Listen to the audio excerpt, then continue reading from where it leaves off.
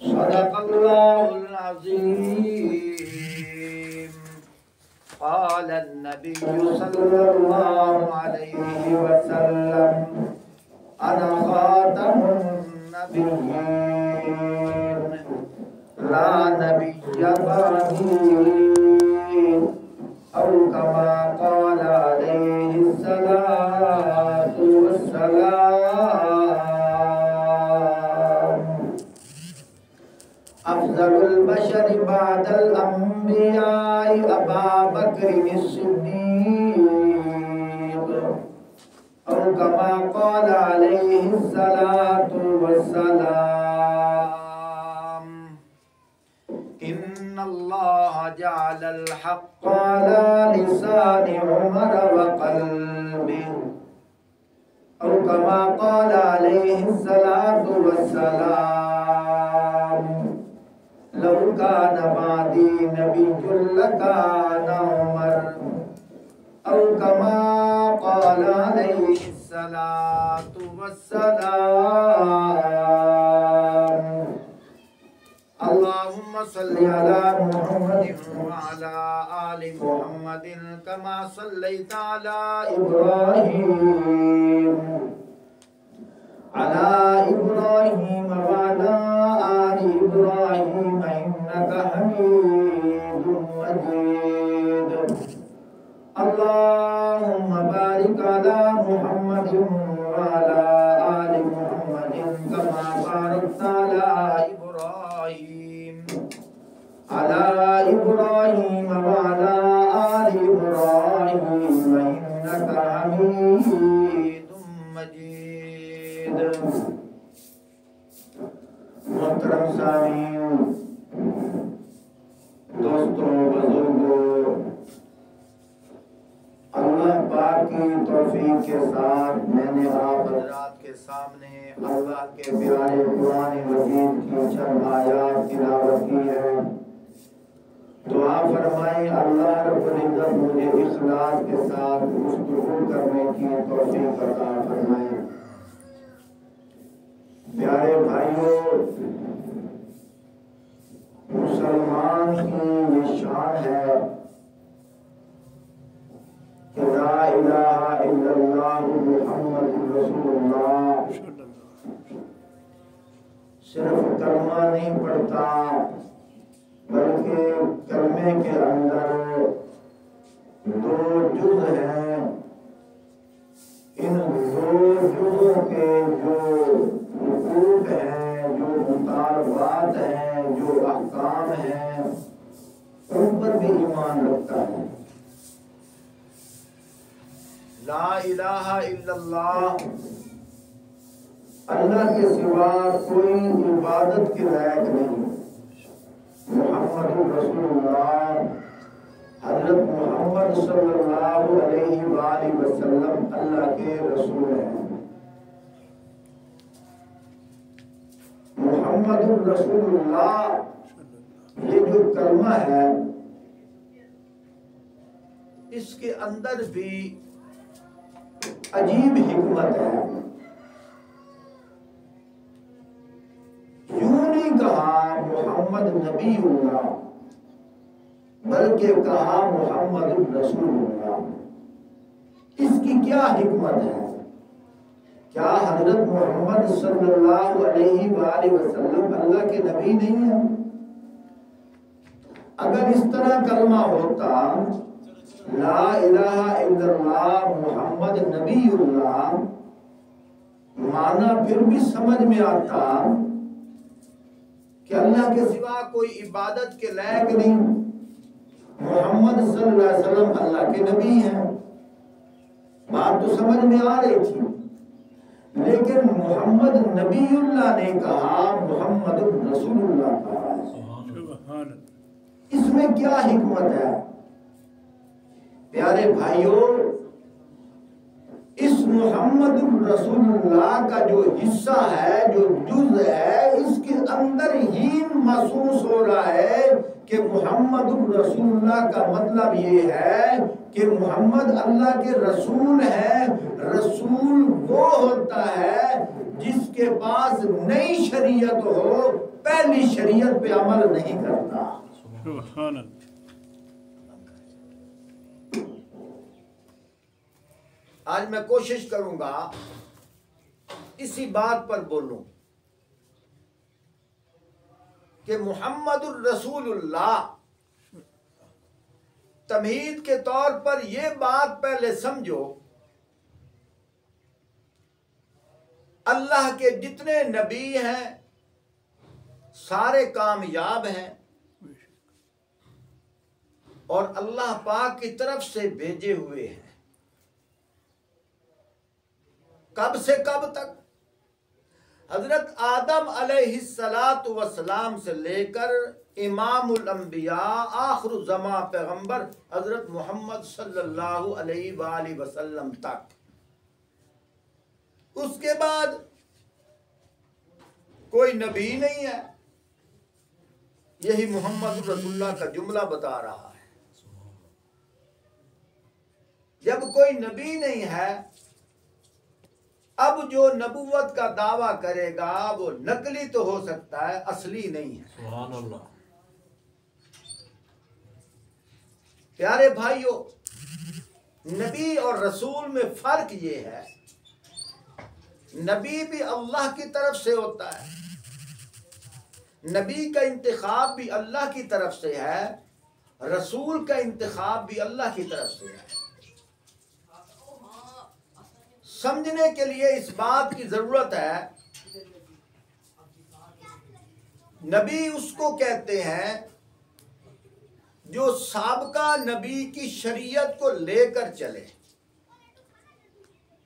رسول اس کو کہتے ہیں، نبی تو ہے وہ، لیکن رسول درمیان میں رسول کا جو لقب ملا ہے رسالت کا، یا رسول کا جو لفظ ساتھ شامل ہوا ہے، اس سے مراد یہ ہے یہ بھی اللہ کا حکم لے کر چلے گا. صرف سابقہ نبی کی نبوت کا، سابقہ رسول کی رسالت کا جو شریعت کا مسئلہ ہے وہ نہیں لے کے چلے گا. اس کو جو اللہ کا حکم ملے گا ایک نئی شریعت والا ملے گا، نیا ضابطہ حیات، نیا قانون ملے گا. نبی یہ ہے کیونکہ نبوت کی فہرست میں ہے. رسول اس لیے ہے کہ اس کو نئی شریعت ملی ہے. ایسے ہی سمجھو یہ ایک رجسٹر ہے، اس کے اندر اللہ کے سارے نبیوں کے نام لکھے جائیں، سارے نبیوں کے نام. لیکن انہی نبیوں میں سے کچھ ایسے نبی ہیں جن کو اللہ نے نئی شریعت دی ہے. نبی تو وہ ہیں لیکن نئی شریعت کی وجہ سے اب یہ رسول ہیں. انہی کم و بیش 1.25 لاکھ نبیوں میں سے اللہ پاک نے کچھ ایسے نبی ہیں جن کو نئی شریعت دی ہے. ان کی تعداد تقریباً 313 ہے. وہ جو 313 ہیں وہ نبی بھی ہیں کیونکہ وہ نبوت کی فہرست میں ہے. رسول اس لیے ہیں کیونکہ ان کو نئی شریعت ملی ہے، اس لیے وہ رسول ہیں. جیسا کہ حضرت موسیٰ علیہ السلام ہیں، یہ نبی ہیں کہ نبی نبوت کی فہرست میں ہے. رسول اس لیے ہیں اللہ پاک نے ان کو نئی شریعت دی ہے، یعنی ان کو اللہ نے تورات عطا کی ہے. داؤد علیہ السلام نبی بھی ہیں کیونکہ نبوت کی لڑی میں ہیں، اور رسول اس لیے ہیں ان کو اللہ پاک نے نئی شریعت عطا کی ہے، زبور عطا کی ہے. ابراہیم علیہ السلام نبی بھی ہیں کہ چونکہ نبوت کی لڑی میں ہیں اور رسول بھی ہیں، اللہ پاک نے ان کو نئی شریعت عطا کی ہے، جیسا کہ قرآن پاک کے اندر آتا ہے صحف ابراہیم و موسیٰ۔ اسی طرح حضرت عیسیٰ علیہ السلام اللہ کے نبی بھی ہیں چونکہ یہ انبیاء کی فہرست میں ہیں، رسول اس لیے ہیں ان کو نئی شریعت ملی ہے، انجیل اللہ نے عطا کی ہے۔ تو اگر کہا جاتا لا الہ الا اللہ محمد نبی اللہ، پھر بھی سمجھ آ رہی تھی کہ واقعتاً آخر الزمان پیغمبر حضرت محمد صلی اللہ علیہ وسلم اللہ کے نبی ہیں، لیکن محمد نبی اللہ نہیں کہا، محمد الرسول اللہ کہا ہے۔ اس میں ایک نکتہ یہ ملتا ہے کہ محمد الرسول اللہ یہ سابقہ نبیوں کی شریعت پہ نہیں چل رہے، ان کو نئی شریعت ملی ہے، اس لیے یہ نبی بھی ہیں اور رسول ہیں۔ نبی اس لیے ہیں کیونکہ نبوت کی فہرست میں ہیں، اور رسول اس لیے ہیں ان کو نئی شریعت ملی ہے، یعنی قرآن مجید ملا ہے۔ اور اسی قرآن مجید کے اندر اللہ پاک فرما رہے ہیں ما کان محمد ابا احد من رجالکم ولکن رسول اللہ وخاتم النبیین۔ سبحان اللہ۔ کیا مطلب؟ فرمایا محمد صلی اللہ علیہ وآلہ وسلم تمہارے مردوں میں کسی کے باپ نہیں ہیں، ولیکن رسول اللہ، فرمایا لیکن وہ تو اللہ کے رسول ہیں۔ بڑا نکتہ ہے، بڑی حکمت ہے یار اس کے اندر بھی۔ کیا حکمت ہے؟ اس آیت کا شان نزول کیا ہے؟ اس کا آیت کا شان نزول یہ ہے، آپ صلی اللہ علیہ وآلہ وسلم کی شادی جب جناب خدیجۃ الکبریٰ رضی اللہ تعالی عنہا کے ساتھ ہوئی تو جہیز کے اندر ایک غلام بھی تھا، اس غلام کا نام ہے حضرت زید بن حارثہ رضی اللہ تعالی، چھوٹے بچے تھے۔ اب دیکھو ان کا والد اور ہے، کیونکہ یہ حضرت خدیجۃ الکبریٰ رضی اللہ تعالی عنہا کے ساتھ یہ بھی آئے تھے۔ اللہ کی شان ہے، جب یہ آئے پوچھا تیرا باپ کدھر ہے؟ بتایا گیا کہ میں تو اس طرح آیا ہوں، مجھے کسی نے اٹھا کر بیچ دیا، فروخت ہوتا ہوتا یہاں آیا ہوں۔ آپ صلی اللہ علیہ وآلہ وسلم نے فرمایا کیا تو اس بات کو پسند نہیں کرے گا کہ تیری امی خدیجۃ الکبریٰ ہے، تیرا ابو محمد رسول اللہ، تو اب میرا بیٹا ہے، اور دنیا میں مشہور ہو گیا۔ دنیا میں مشہور اتنا ہوا، لوگوں نے یہ لوگ سمجھنے لگ گئے کہ یہ واقعتاً آپ صلی اللہ علیہ وآلہ وسلم کا حقیقی بیٹا ہے۔ جب یہ بات ہوئی، حالانکہ حقیقی بیٹا تو تھا نہیں، ان کا بیٹا والد اور ہے۔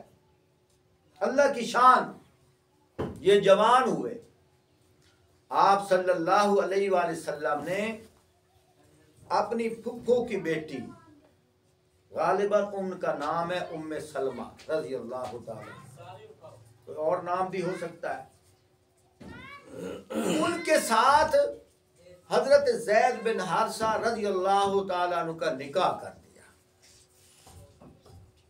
اب ظاہری بات ہے جو بیٹا ہوتا ہے اس کی جو بیوی ہوتی ہے وہ کیا ہوتی ہے؟ بہو، اور بہو بیٹی کے زمرے میں ہے، بہو کو بیٹی کہا جاتا ہے۔ اللہ کی شان، اتفاق ایسا ہوا ان دونوں کا آپس میں نباہ نہ ہو سکا۔ حضرت زید رضی اللہ، یہ میں شان نزول سنا رہا ہوں، بشک آپ پڑھ کے دیکھ سکتے ہیں۔ حضرت زید رضی اللہ تعالیٰ نے ان کو طلاق دے دی۔ عدت گزارنے کے بعد آپ صلی اللہ علیہ وآلہ وسلم نے وہ جو ام سلمہ رضی اللہ تعالی عنہا ہے ان کے ساتھ نکاح خود کر لیا۔ جب نکاح خود کیا، اب لوگوں نے حضرت زید رضی اللہ تعالیٰ عنہ کو کیا سمجھا ہوا تھا؟ حقیقی بیٹا۔ اس وجہ سے وہ ام سلمہ کیا بنی؟ بیٹی کے حکم میں آئی، بہو ہونے کی وجہ۔ لوگوں نے تنقید کرنی شروع کر دی، دیکھو جی اپنی بہو سے نکاح کیا ہے، بہو بیٹی کے حکم میں آتی ہے۔ اللہ پاک نے پہلے تو اس بات کی نفی کی ہے۔ اللہ پاک نے فرمایا ما کان محمد ابا احد من رجالکم، فرمایا محمد صلی اللہ علیہ وسلم تمہارے مردوں میں کسی کے باپ نہیں ہے۔ اشارہ کس طرف جا رہا ہے؟ اشارہ اس طرف جا رہا ہے کہ نبی پاک صلی اللہ علیہ وآلہ وسلم کی نرینہ اولاد تھی، لیکن وہ بچپن میں وفات پا گئی تھی۔ وہ تو مرد بنے بھی نہیں، جوان ہوئے بھی نہیں، وہ بڑے ہوئے بھی نہیں۔ میری اکثر باتیں علمی ہوتی ہیں، مندسے نے تو فرمایا اب وہ تو بڑے ہوئے نہیں، چھوٹے ہوتے ہوئے ان کا انتقال ہو گیا تھا۔ آپ صلی اللہ علیہ وسلم کے ایک بیٹے کا نام حضرت ابراہیم ہے، 11 مہینے کو میں بچہ تھا، فوت ہو گیا۔ اب یہی عمریں ہیں، اور کسی بچے کی کم ہے، کسی کی چند ماہ ہے، یعنی 1-1.5 سال کے اندر اندر کی عمر ہے ان بچوں کی۔ 3 بچے ہیں، ابراہیم، طاہر، طیب اور قاسم، اور تینوں کا انتقال ہوا۔ یہ حقیقی اولاد ہے۔ اور حضرت زید رضی اللہ تعالیٰ چونکہ آپ صلی اللہ علیہ وسلم کے گھر میں رہتے تھے، لوگوں نے حقیقی سمجھنا شروع کر دیا۔ اللہ نے اس بات کی نفی کرنی تھی، فرمایا ما کان محمد ابا احد من رجالکم، فرمایا محمد صلی اللہ علیہ وسلم تمہارے مردوں میں کسی کے باپ نہیں ہے۔ کیا مطلب؟ جو منہ بولا بیٹا ہوتا ہے وہ حقیقی نہیں ہوتا۔ جب حقیقی نہیں ہے تو یہ بہو بھی نہیں ہے، جب بہو نہیں ہے تو بیٹی کے حکم میں بھی نہیں آئی۔ اس لیے فرمایا کہ یہ تو کزن ہے۔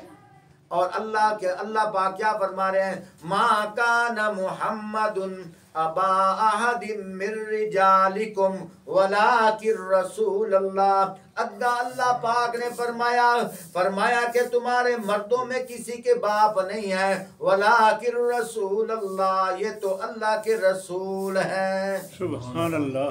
حکومت طرف پابندی ہے، سبھی طرح سختی نال پابندی، اس واسطے سبھی کر باندھ دے۔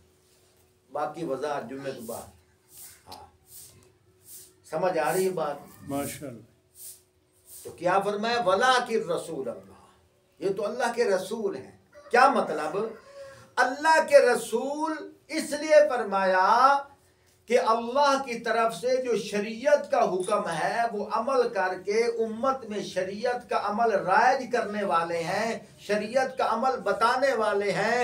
اللہ کی طرف سے یہ شریعت آ رہی ہے کہ جس لڑکی کو طلاق ہو جائے وہ عیب دار نہیں ہوتی۔ اگر عیب دار ہوتی کبھی نبوت اس سے نکاح نہ کرتا۔ سبحان اللہ۔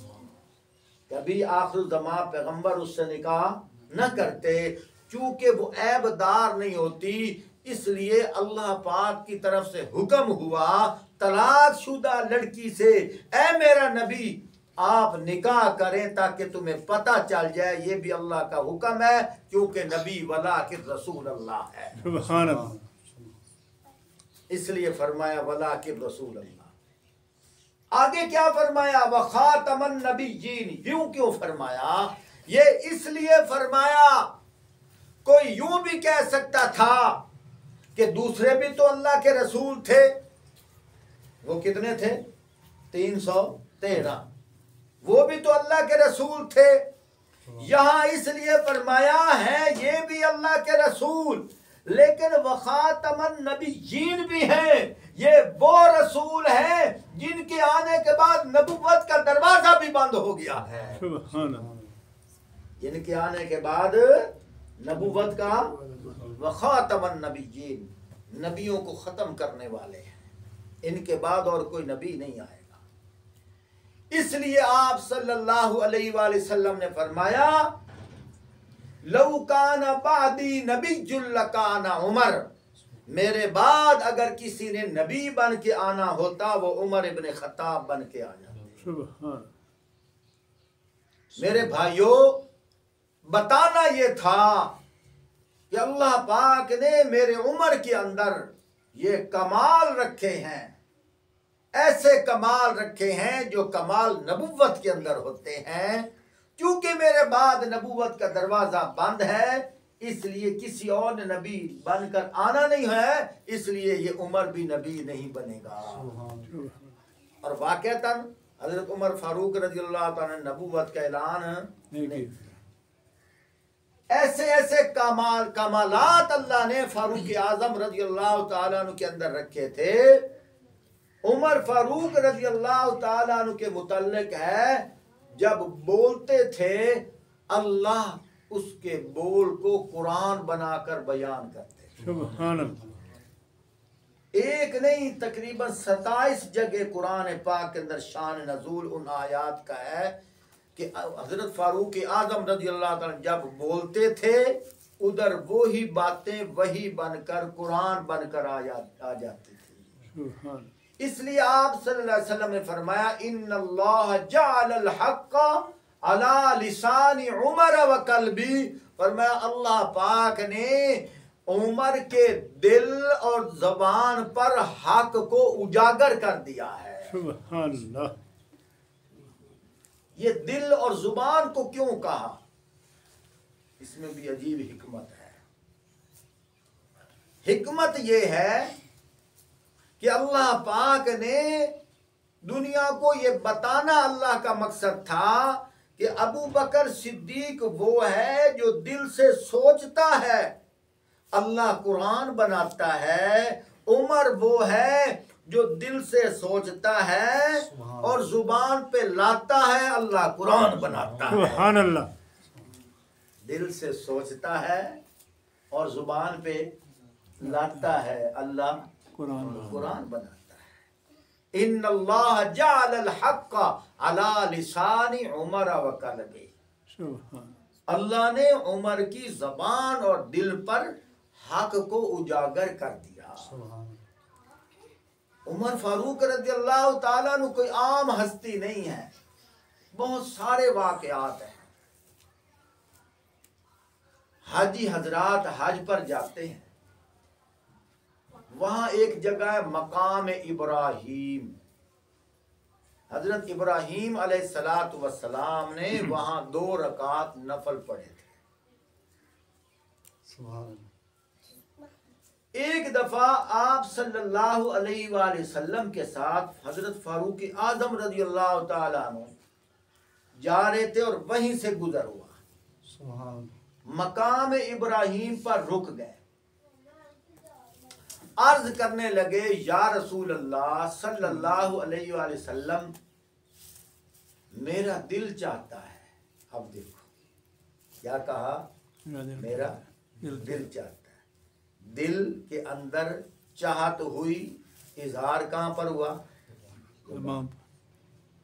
میرا دل چاہتا ہے یہ جو مقام ابراہیم ہے یہاں میں 2 رکعت نفل پڑھوں. سبحان. روایات کے اندر آتا ہے نبوت خاموش ہے. کچھ دیر کے بعد حضرت فاروق اعظم رضی اللہ تعالیٰ عنہ پھر عرض کرنے لگے یا رسول اللہ صلی اللہ علیہ وسلم میرا دل چاہتا ہے یہاں میں 2 رکعت نفل پڑھوں. نبوت پھر خاموش ہے. نبوت کس لیے خاموش ہے؟ نبوت اس لیے خاموش ہے کیونکہ اللہ کی شریعت میں پہلے حکم نہیں تھا. اللہ کی شریعت میں پہلے حکم نہیں تھا. حکم نہیں تھا. نبوت خاموش اس لیے ہے تاکہ دنیا کو پتہ چل جائے کہ نبی اپنی مرضی سے عمل نہیں کرواتا، نبی اللہ کی وحی کا منتظر ہوتا ہے. سبحان اللہ.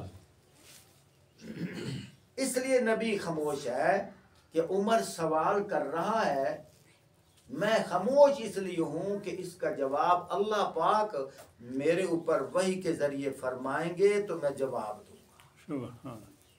اب چونکہ پہلے شریعت میں نہیں تھا، یوں بھی ہو سکتا تھا عمر رضی اللہ تعالی نے سوال کیا، شریعت میں نہیں تھا، آپ صلی اللہ علیہ وسلم فرما سکتے تھے اجازت نہیں ہے.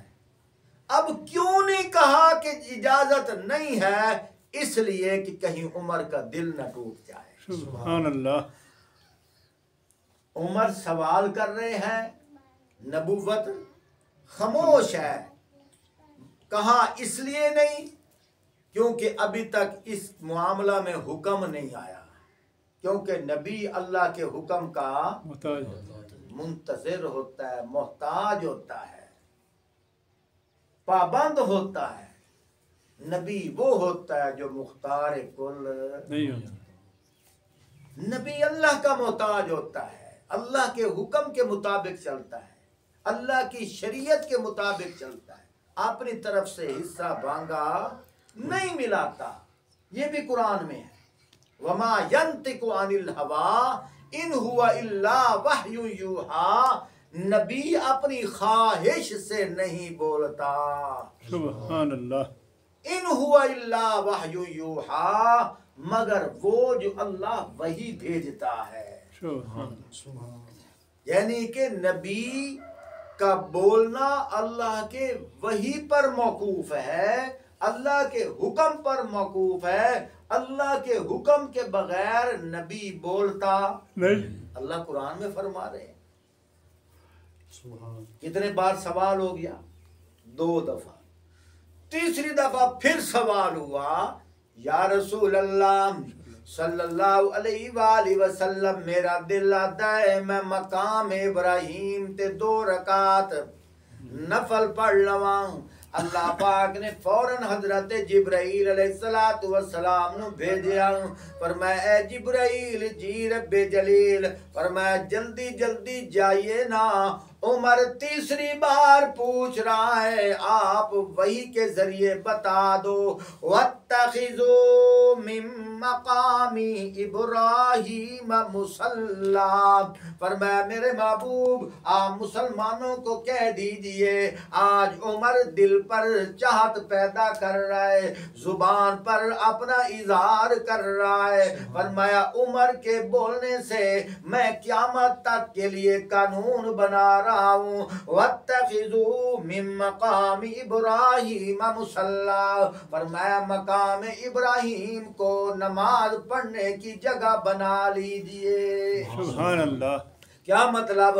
فرمایا صرف عمر نہیں پڑھے گا، بلکہ عمر کے پڑھنے سے، عمر کی چاہت سے، عمر کے ارادے سے اللہ نے قرآن وہی بنا کر بھیج دیا ہے. فرمایا اللہ اب قیامت تک یہ قانون فرما رہے ہیں، جتنے بھی حاجی حج کرنے کے لیے آئیں گے مقام ابراہیم پر 2 رکعت نفل ضرور پڑھیں گے. سبحان اللہ. میں نے دعویٰ کیا تھا، عمر بولتا ہے، اللہ اس بول کو قرآن بنا دے. سبحان اللہ. اب دیکھو عمر بول رہے ہیں، اللہ قرآن بنا رہے ہیں. سبحان اللہ. اب یہاں یہ بات بھی ہو سکتی ہے، قرآن تو فی لوح محفوظ، ازل سے لوح محفوظ میں موجود تھا، یہ اب کیا بن رہا ہے؟ او میرے بھائی یہ بات نہیں ہے. قرآن لوح محفوظ پہ محفوظ یہی تھا، فرق صرف یہ اتنا ہے، اللہ پاک کی ازل سے اللہ کی قدرت میں، مشیت میں یہ رنگ موجود تھا کہ اس طرح اللہ اپنے عمر کو بلوائیں گے، دنیا کو مسئلہ سمجھائیں گے، عمر بولتا جائے گا، خدا قرآن بھیجتا جائے گا. سبحان اللہ. حالانکہ قرآن پہلے وہی تھا جو ہے. اس کا مطلب ہے اللہ کی مشیت میں تھا کہ عمر بولے گا اللہ قرآن بھیجے گا. سبحان اللہ. ایک نہیں بہت ساری جگہیں ایسی ہیں. تو میرے بھائیوں دوستوں بزرگوں اصل میں وجہ یہ ہے کیا لوگوں نے حضرت علی رضی اللہ تعالیٰ عنہ کو اتنا اجاگر کیا ہے، اتنی فضیلت بیان کی ہے، اتنی فضیلت بیان کی ہے، لوگوں کی نظروں میں یوں محسوس ہو گیا ہے کہ جیسے کسی اور صحابی کی اتنی فضیلت ہے ہی نہیں. سبحان جس کی وجہ سے ہر طرف علی علی ہو رہا ہے. توبہ استغفر اللہ. ہم حضرت علی رضی اللہ تعالیٰ عنہ کے بے ادب نہیں ہیں، گستاخ نہیں ہیں. جو حضرت علی رضی اللہ تعالیٰ عنہ کے ایمان پر شک کرے کائنات کا بڑا کافر ہے. بے شک. اس کے ایمان میں شک ہے، اس کا ایمان ہے ہی نہیں جو حضرت علی رضی اللہ تعالیٰ عنہ کے ایمان میں شک کرے.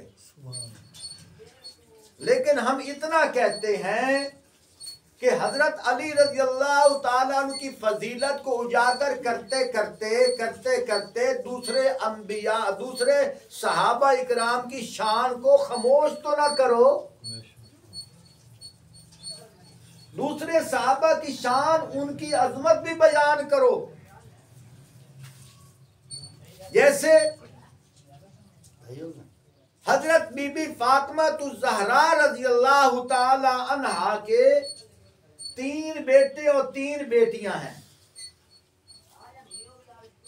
اب حضرت امام حسین رضی اللہ تعالیٰ عنہ کی فضیلت بیان ہوتی ہے. حالانکہ ایک بیٹے کا نام حسن ہے، ایک بیٹے کا نام حسین ہے، ایک بیٹے کا نام محسن ہے. یہ حضرت علی رضی اللہ تعالیٰ عنہ کے تینوں حقیقی بیٹے ہیں. ہم کہتے ہیں صرف امام حسین رضی اللہ تعالیٰ عنہ کی عظمت بیان نہ کرو. بیان کرتے کرتے لوگوں کے ذہنوں میں یہی نقش ہو جائے گا کہ صرف امام حسین ہی بیٹا ہے اور ہے کوئی نہیں. پر میں جس طرح امام حسین کی عظمت بیان کرتے ہو اسی طرح دوسرے بھائیوں کی بھی شان بیان کرو. سبحان اللہ. ان کے نام پر بھی مجلس رکھو. مجلس رکھو، صرف یہ نہیں کہ مجلس ذکر حسین، اور کبھی یہ بھی رکھو کہ مجلس ذکر حسن. سبحان اللہ. کبھی یہ بھی ذکر کرو، یہ بھی اشتہار بناؤ اور لکھو مجلس ذکر محسن. سبحان اللہ. کیا ان کی شان بیان کرنی ضروری نہیں ہے؟ وہ اس لیے ان کی شان بیان نہیں ہوتی کیونکہ امام حسن نے حضرت امیر معاویہ رضی اللہ تعالیٰ عنہ کی ان کے ہاتھ پر بیعت کر لی تھی. اور بیعت کرنا جرم تھا، اور بیعت اس لیے کی تھی کہ غلط فہمیاں دور ہوئی. حضرت امام حسن کو امیر معاویہ عظیم انسان نظر آیا، جس کی وجہ سے امام حسن نے بیعت کر لی. کیا بیعت کرنے سے امام حسن کی فضیلت کم ہو گئی ہے؟ امام حسن کی فضیلت بلکہ اور بڑھ گئی ہے. سبحان اللہ. سمجھ آئی کہ نہیں آئی؟ امام حسن کی فضیلت اور بڑھ گئی ہے. اسی طرح ہمارا یہ اختلاف ہے. ہم کہتے ہیں کہ صرف امام حسین کے نام پر مجلس نہ رکھو، امام حسین کے دوسرے بھائیوں کے نام پر بھی مجلس رکھو. وہ بھی حقیقی بھائی ہیں، وہ بھی بی بی فاطمہ الزہرا کے بیٹے ہیں، وہ بھی حضرت علی رضی اللہ تعالیٰ عنہ کے اولاد ہے. ان کے نام پر بھی مجلس رکھو. ان کے نام پر مجلس کیوں نہیں رکھتے؟